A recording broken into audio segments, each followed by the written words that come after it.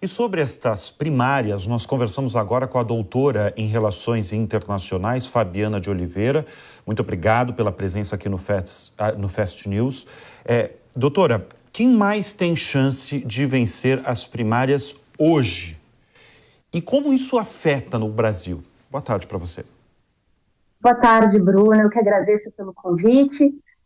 Bom, essas eleições estão bastante acirradas. As últimas pesquisas de intenção de voto mostram uma leve vantagem do candidato oficialista, né, o Sérgio Massa. Ele aparece ali com em torno de 27%, 29% das intenções de voto, mas seguido muito de perto pelos grupos opositores, né, que juntos somam mais de 50% das intenções de voto. Então, no primeiro momento, a impressão que dá realmente é de que os candidatos favoritos seriam o oficialista Sérgio Massa, que é o atual ministro da Economia do governo Alberto Fernandes, e o atual prefeito da cidade de Buenos Aires, né, que é o Rodríguez Larreta, que aparece ali com algo em torno de 19% nas pesquisas de intenção de voto. Doutora, quem nos acompanha nessa conversa é o professor Marcelo Suano, que tem uma pergunta para você. Fabiana, uma boa tarde. É um prazer, um privilégio poder conversar contigo. Vou fazer uma pergunta, tentar ser simples nela. As primárias na Argentina, de alguma maneira, cria-se a sensação de que ali é apenas uma prévia e para a escolha a definição de que serão os candidatos realmente. Mas não, na realidade, é possível que as pessoas participem de uma forma em que elas não apenas façam a seleção do que eles querem, mas atrapalhem aqueles que eles não querem a ascender, para definir o que vai ocorrer em novembro.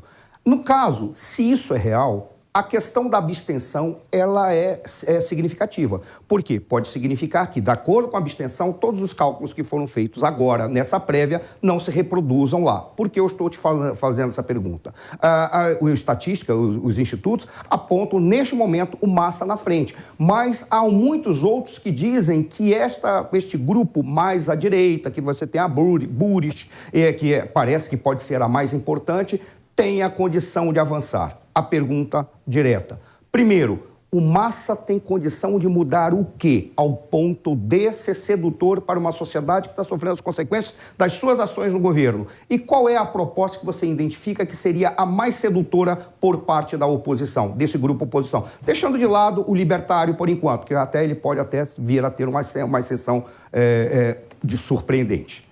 Quais seriam os pontos? Claro, obrigada pela pergunta, professor Marcelo.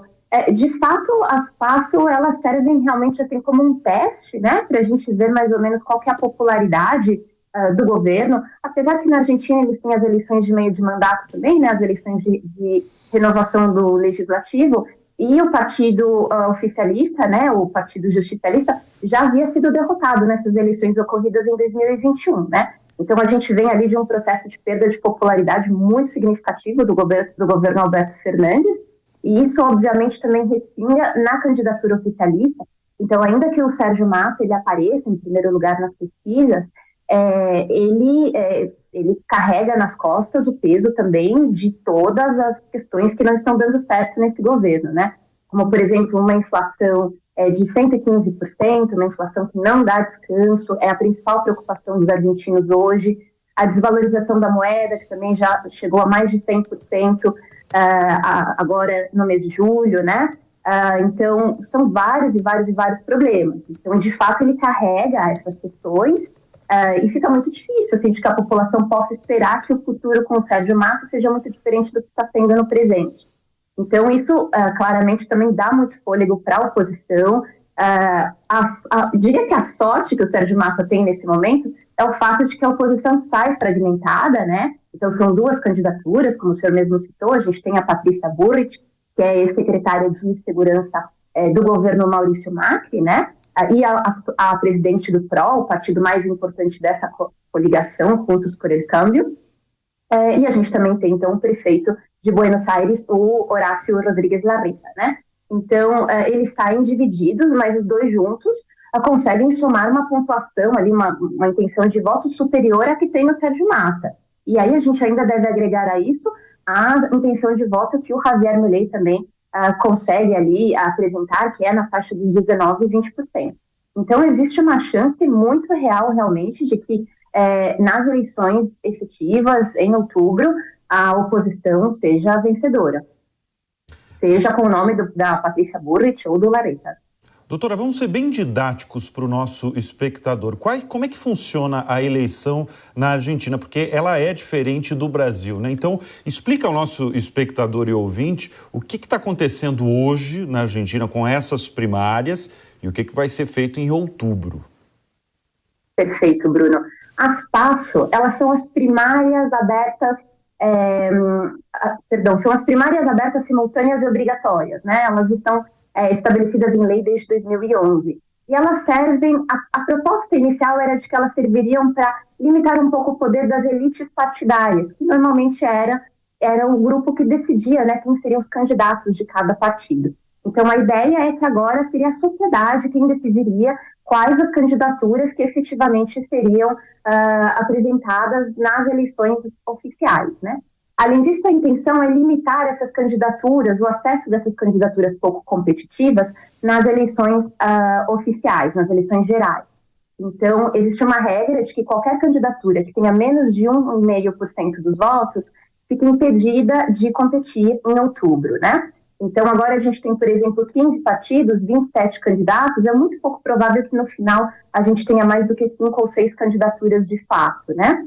Então, essa é a primeira questão, mas as PASO, elas são bastante discutidas na Argentina, tem gente que acha que elas custam muito dinheiro e não servem para nada. De fato, como o professor Marcelo tinha citado antes, existe uma questão de abstenção que vem crescendo já pelo menos desde 2015, né? Então, as PASO, elas servem como esse teste, em que o eleitorado argentino, hoje cerca de 35 milhões de pessoas, apresentam ali as suas preferências e também nos permite ter uma previsão mais ou menos confiável de qual cenário vai se desenhar em outubro. E aí, em outubro, no dia 22 de outubro, os argentinos efetivamente votam para presidente, governador, deputado, senador, né? Tem uma pequena renovação do legislativo.